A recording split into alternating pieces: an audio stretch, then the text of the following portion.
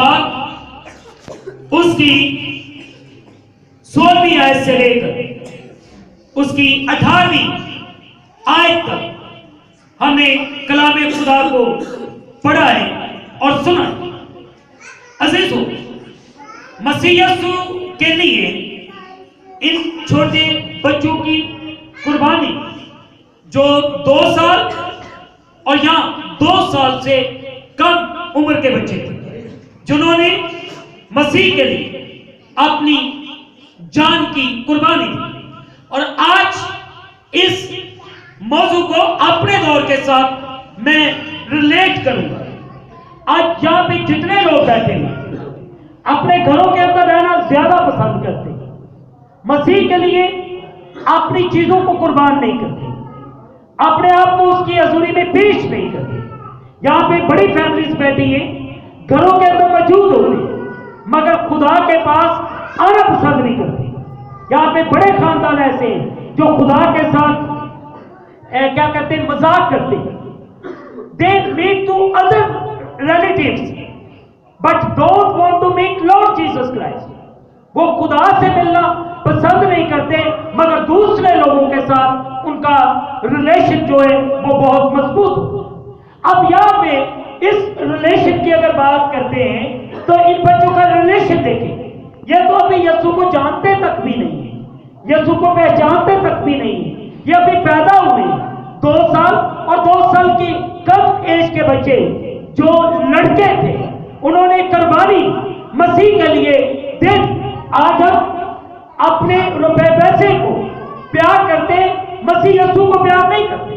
مسیح یسوع کا جنم دن یہ نہیں کہ آپ نئے نئے کپڑے پہن لو، مسیح یسوع کا جنم دن یہ نہیں کہ آپ بڑی بڑی اچھی اچھی شاپنگ کریں یا بڑے بڑے کلبوں کے اندر جائیں یا بڑی بڑی پارٹیز ارینج کریں، یہ جنم دن نہیں۔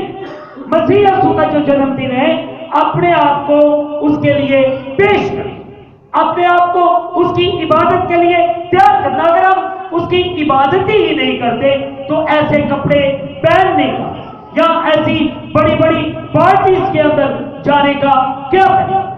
اگر ہم بائبل مقدس کو مطالعہ کرتے ہیں، جب ہیرودیس نے دیکھا مجوسیوں نے میرے ساتھ کیا کی، ہنسی کی، مذاق کیا، تو ایک ہیرودیس جو دل کے اندر یسوع مسیح کو قتل کرنا چاہتا ہے، مگر خواب میں انہوں نے ہدایت پائی اور ہدایت پا کر اپنا رستہ بدل لیا اور کسی اور طرف جا رہے تھے۔ عزیزو، یہاں پہ مسیح یسوع اگر یہیں پر مر جاتے، اگر یہیں پر قتل ہو جاتے تو میری اور آپ کی مخلصی نہیں ہونی۔ یسوع مسیح کا بچنا لازم تھا۔ یسوع مسیح اگر ہیکل کے اندر مر جاتے، جب انہوں نے کہا کہ یہ نوشتہ پورا ہو تو لوگوں کو غصہ آیا اور انہوں نے اسے اس پہاڑی سے نیچے گرا دینا چاہا۔ یسوع مسیح وہاں سے بھی جان بچاتے ہوئے نکل گئے، مگر یسوع مسیح کا کلوری کے مقام تک جانا لازم تھا۔ اگر وہ اس مقام تک نہ پہنچتا، میں اور آپ کبھی بھی آزاد نہ ہوتے۔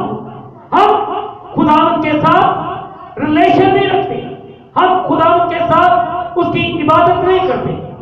میں پچھلے اتوار بھی ایک بات بتا رہا تھا، مسیحی شریعت ہمیں کیا کہتے، کتنے لوگ تھے پچھلے اتوار کو اپنا ہاتھ دکھائیں، جو پچھلے اتوار کو جو تھے وہ اوپر ہاتھ کریں تاکہ مجھے نظر آئے نا جو پچھلے اتوار کو۔ پچھلے اتوار میں نے کیا کہا کہ مسیحی شریعت کہتی ہے 6 دن تک تم خوب کام کرو، مگر 7واں دن خدا تیرے خدا۔ مسیحی شریعت تو ایک دن کے لیے جھکنے کیوں کہتی ہے، مگر میرا یسوع ہر روز وہ کہتا ہے بلا ناگا دعا کرو، تو تم لوگ بلا ناگا کہاں دعا کرتے ہیں، بلا ناگا کہاں اس کی حضوری میں جھکتے ہیں۔